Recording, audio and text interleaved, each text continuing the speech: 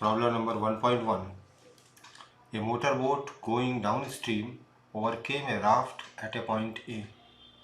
Tau minute later, it turned back and after some time passed the raft at a distance L from the point A. Find the flow velocity assuming the duty of engine to be constant. अब इसमें सबसे पहले तो down stream मतलब देखते हैं। Down stream का मतलब ये है कि मोटर बोट कोई भी नदी है तो नदी जिस दिशा में बह रही है उसी दिशा में मोटर बोट जा रही है। ये motor boat going down stream का मतलब ये। ओवर केम ए राफ्ट।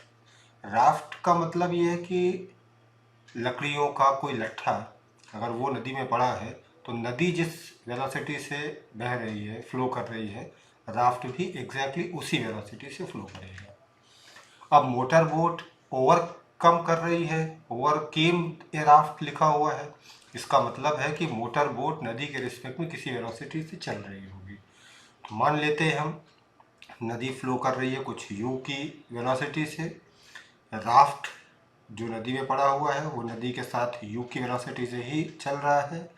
मोटर बोट लेट से नदी के रिस्पेक्ट में कुछ v की वेलोसिटी से चल रही है। तो ग्राउंड से देखने पर जो मोटर बोट की वेलोसिटी नज़र आएगी वो u प्लस v। अब लिखा हुआ है overcame a raft at a point A, tau minute later it turn back. Tau minute बाद, तो टाउ मिनट बाद हम देखते हैं कि ये जो मोटर बोट है ये u प्लस वी की वेलोसिटी से चलती हुई सीधे यहाँ लेट से कुछ b पॉइंट तक आई।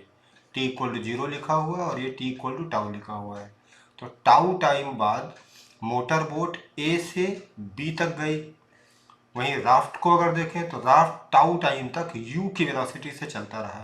तो u की वेलोसिटी से राफ्ट चलते चलते कुछ a पॉइंट से c पॉइंट तक आया। ये a b c d सारे points with respect to ground लिए हुए हैं हमने।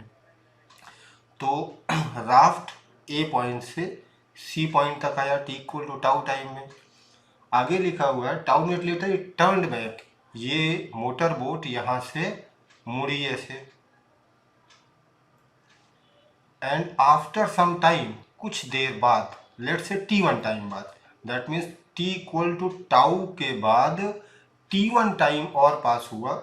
उसके बाद कह रहा है कि after some time past the raft at a distance l kilometre from point A. अब मोटर बोट वापस मुड़ के ये कुछ लेट से d पॉइंट तक आई और राफ्ट भी t इक्वल टू टाउ के बाद ये t1 टाइम तक यहाँ फ्लो करता हुआ d पॉइंट पर आया। और लिखा हुआ है pass the raft at a distance l, that means initial a point और ये d पॉइंट के बीच का डिस्टेंस l दिया हुआ है हमें। अब हमसे कहा जा रहा है find the flow velocity assuming the duty of the engine to be constant. Flow velocity u पूछा जा रहा है हमसे।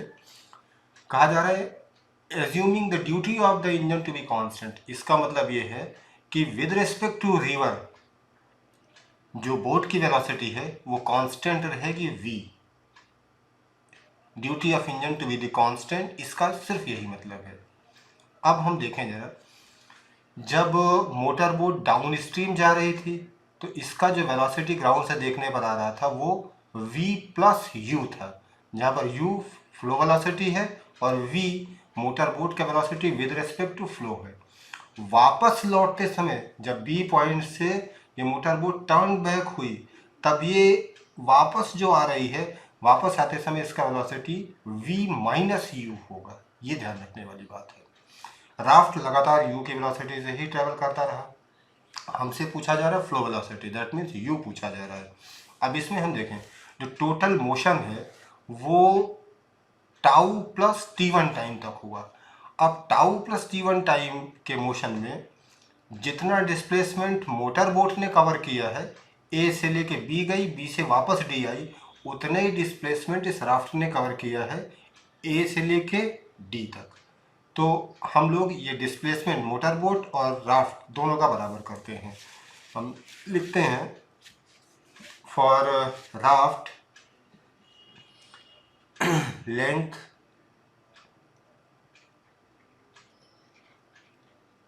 AC plus length CD is equal to, motor boat के लिए लिखें length AB minus length BD। Length AC है, AC length में राफ्ट U की वेलोसिटी से टाउ टाइम तक ट्रेवल किया है, तो U tau plus length CD में U की वेलोसिटी से राफ्ट ट्रेवल किया है T1 टाइम तक, तो length CD is U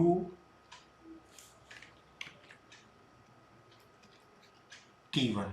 now this is equal to length AB length में जो मोटर बोट है वो V प्लस U की वेलोसिटी से टाउ टाइम तक फ्लो किया है, तो this is V plus U into tau minus length BD। तो BD वाले पोर्शन में मोटर बोट ट्रेवल की है V माइनस U की वेलोसिटी से और T1 टाइम तक, तो length BD is V minus U into T1। तो यहाँ से हमें मिल जाएगा ये U टाउ और ये U टाउ कैंसिल हो गया, इधर ये U T1 और ये U T1 कैंसिल हो गया, तो हमें मिला यहाँ पर V T1 this is equal to V tau, this implies T1 is equal to tau। अब हमसे कहा जा रहा है कि जो टोटल डिस्प्लेसमेंट है राफ्ट का A से लेके D तक उसका लेंथ L दिया हुआ है, T1 is equal to tau आ गया है, दैट मीन्स A से C तक राफ्ट को जाने में टाउ टाइम लगा और C से D तक जाने में भी टाउ टाइम ही लगा है, तो राफ्ट का या मोटर बोट का दोनों का जो टोटल टाइम ऑफ मोशन है वो 2 टाउ है। इतने 2 टाउ टाइम में जो राफ्ट ने डिस्टेंस कवर किया है वो L है, तो हम लोग लिख सकते हैं for raft L is equal to U into 2 tau, क्योंकि राफ्ट U की वेलोसिटी से 2 टाउ टाइम तक फ्लो करता रहा, तो now this implies U is equal to 2 tau, U is equal sorry L by 2 tau, यही हमारा आंसर है।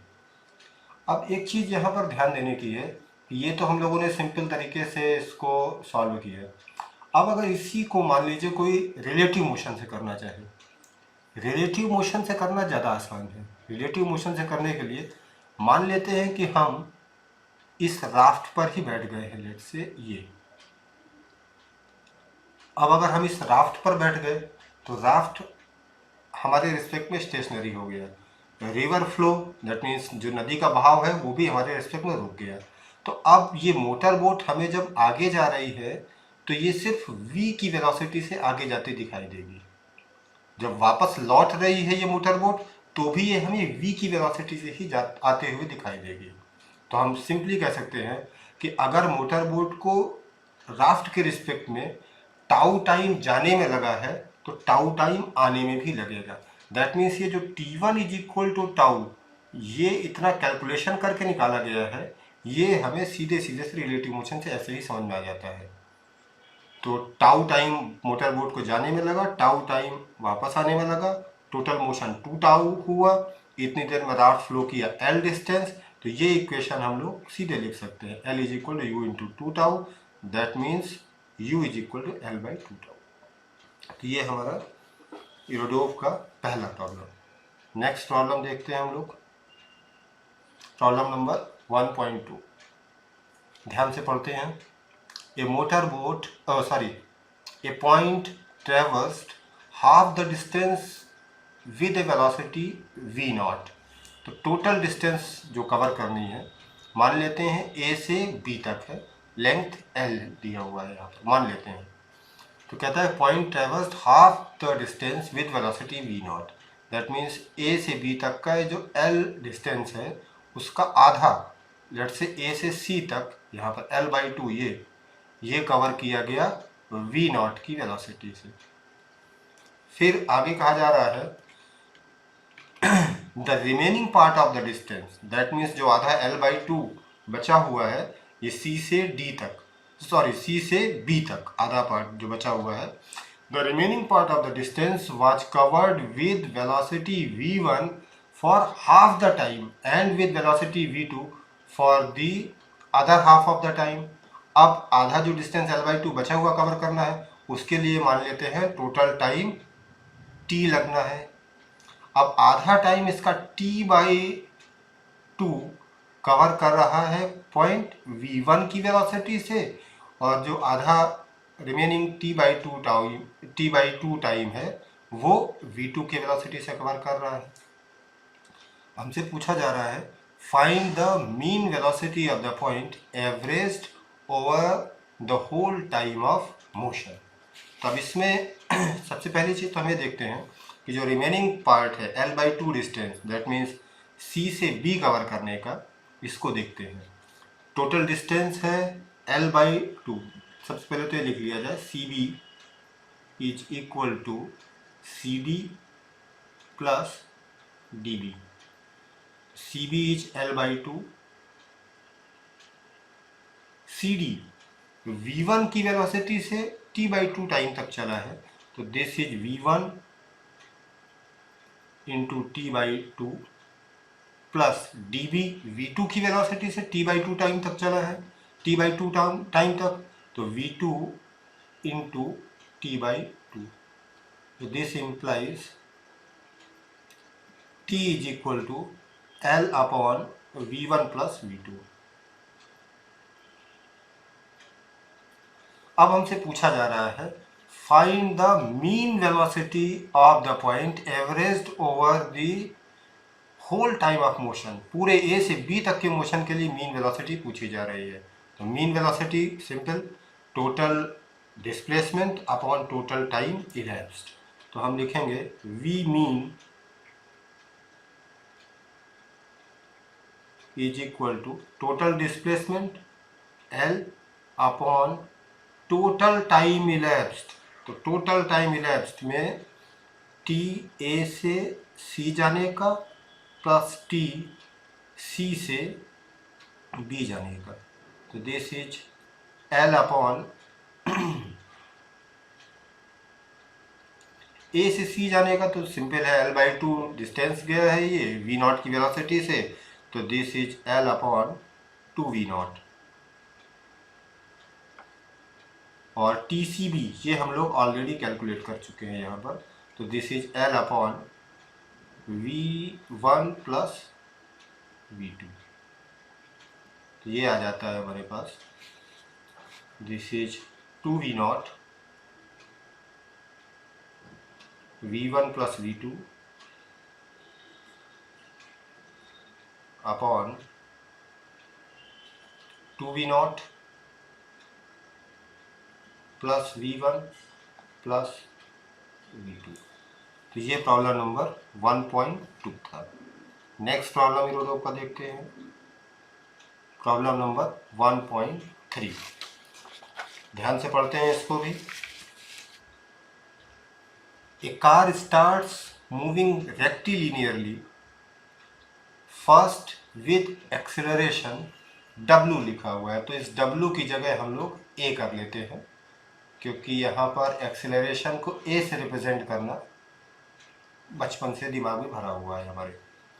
तो a car starts moving rectilinearly first with acceleration A, the initial velocity is 0, that mean 0 की velocity शुरू करता है और A के एक्सेलरेशन से आगे जाता है। देन यूनिफॉर्मली उसके बाद एक्सेलरेशन 0 जो वेलोसिटी पकड़ लेगा उसी वेलोसिटी से कुछ देर तक वो यूनिफॉर्मली चलता रहा, and finally decelerating at the same rate W।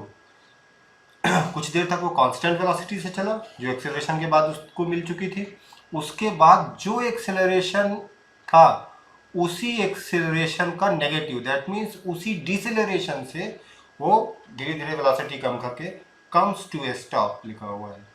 The total time of motion equals tau, the average velocity during that time is equal to v bar बोल देते हैं। How long does the car move uniformly. इस problem को हम लोग VT curve से समझते हैं, वेलोसिटी वर्सेस टाइम कर्व। तो ये वेलोसिटी इधर और ये टाइम कर्व। सबसे पहले दे रखा है कि जीरो की वेलोसिटी से कार स्टार्ट करती है कांस्टेंट एक्सेलरेशन से। तो जीरो की वेलोसिटी यहाँ जीरो से और कांस्टेंट एक्सेलरेशन ए से लेट से कुछ टी टाइम तक चली, तो टी टाइम में ये कुछ एटी की वेलोसिटी मिल जाएगी इसको यहाँ पर, इस पॉइंट पर। फिर कह रहा है कि देन यूनिफॉर्मली, तो ये जो 80 की वेलोसिटी मिल गई, इसी 80 की वेलोसिटी से कुछ देर तक ये यूनिफॉर्मली इसी वेलोसिटी से चलता रहा। लेट से कुछ t1 टाइम तक ये कार चली यूनिफॉर्म वेलोसिटी से। उसके बाद कह रहा है decelerating at the same rate a comes to a stop. तो जो एक्सेलरेशन ये ए था वही डिसेलरेशन ए ये होगा। तो ग्राफ में कैसे दिखाएंगे, जो स्लोप इसका ये पॉजिटिव है वही स्लोप इसका ये नेगेटिव होगा। तो निश्चित रूप से एक्सेलरेट करने में अगर टी टाइम लगा था, जीरो से कुछ 80 की वेलोसिटी पहुंचने में टी टाइम लगा था, तो 80 से जीरो की वेलोसिटी पहुंचने में फिर से इसको टी टाइम ही लगेगा। तो फिर हम कहेंगे कि ये वाला ये ट्रायंगल और ये ट्रायंगल सेम है, टी टाइम एक्सेलरेट करने में लगा है तो टी टाइम ही डिसेलरेट करने में भी लगेगा। हमें हमसे पूछा जा रहा है how long does the car move uniformly. तो दैट मीन्स हमसे T1 पूछा जा रहा है।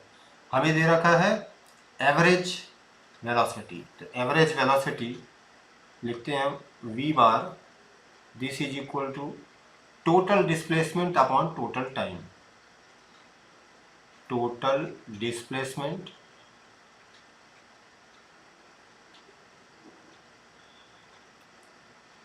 Upon total time.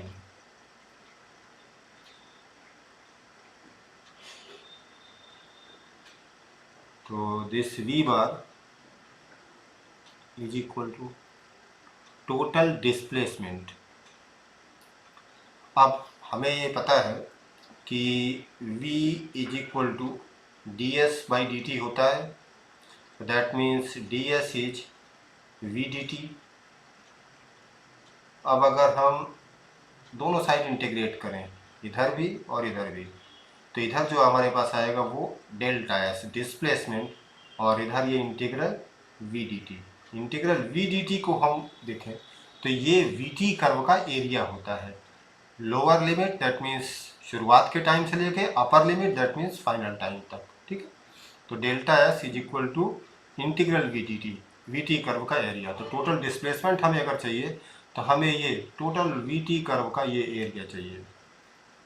ये अब ये area area this is equal to sum of parallel side, ये वाली साइड, ये sum of parallel side this multiplied by distance between them, ये डिस्टेंस अपॉन 2।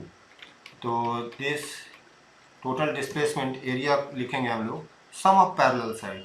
तो ये वाली side total length this tau दिया हुआ है हमें, दिस इज, और ये वाला ये डिस्टेंस t1 टाइम मान रखा है हम लोगों ने। तो दिस इज,